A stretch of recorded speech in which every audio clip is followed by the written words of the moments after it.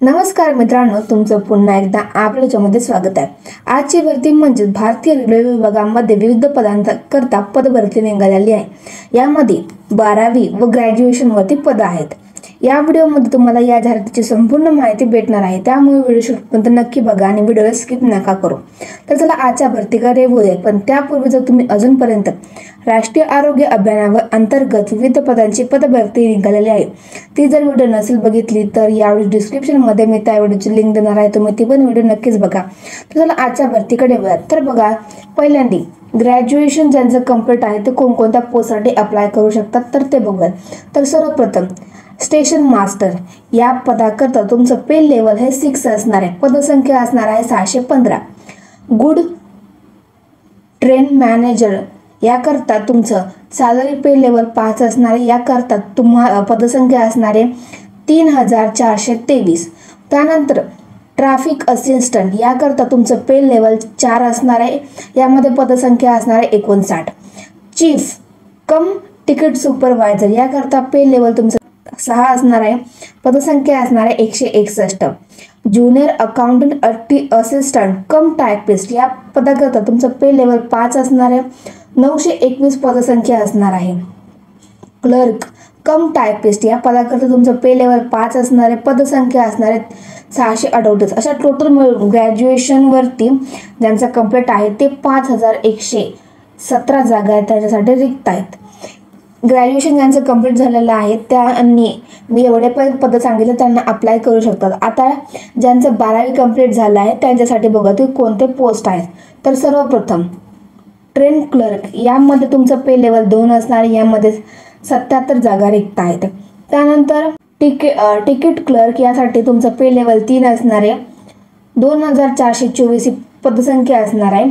Accountant clerk कम typist या पदाकरता तुमचं पे level 2 असणार आहे, 394 जागा रिक्त आहेत। ज्युनियर क्लर्क टायपिस्ट या पदाकरता तुमचं पे लेवल 2 असणार आहे आणि 163 जागा रिक्त आहेत।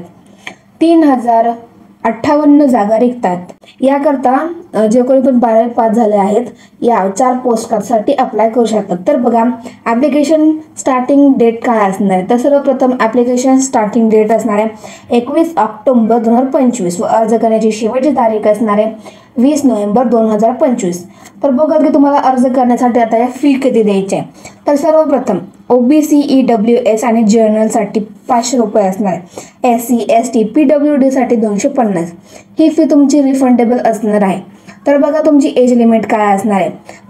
एज लिमिट ही 18 ते 30 वर्ष असणार आहे। OBC करता 18 ते 33 वर्ष असणार आहे, त्यामुळे तुम्हाला 3 वर्षाचं कन्सेशन भेटलेलं आहे आणि SC आणि ST साठी 5 वर्षाचं कन्सेशन भेटलेलं आहे तुम्हाला। तर बघा, त्यानंतर तुमचं आता ॲप्लिकेशन मोड काय असणार आहे। ॲप्लिकेशन मोड हा तुमचा ऑनलाईन असणार आहे। यामध्ये कोण कोण अप्लाय करू शकतात, भारतातील कोणत्या पण राज्यातला कोणताही व्यक्ती ते अप्लाय करू शकतात, मेल फिमेल दोन्ही कॅन्डिडेट येथे अप्लाय करू शकतात। त्यानंतर बघा तुमचे महत्त्वाचे डॉक्युमेंट्स काय असणार आहे। सर्वप्रथम तुमचं फोटो सिग्नेचर, 10वीचं 12वीचं ग्रॅज्युएशनचं सर्टिफिकेट, ज्यांचे 12वी झाले त्यांचं 12वीचं सर्टिफिकेट आणि ज्यांचं ग्रॅज्युएशन कंप्लीट आहे त्यांचं ग्रॅज्युएशनचं। त्यानंतर तुम्ही कास्ट सर्टिफिकेट, डोमासाईल आणि तुमचं आधार कार्ड हे तुमचे महत्त्वाचे डॉक्युमेंट्स आहेत, ते तुमच्याकडे असणे आवश्यक असणार आहे। त्यानंतर बघा सिलेक्शन प्रोसेस काय असणार आहे। पहिल्यांदा तुमची कॉम्प्युटर बेस्ड एक्झाम होणार आहे, त्यानंतर तुमची परत एकदा एक कॉम्प्युटर बेस्ड एक्झाम होणार आहे।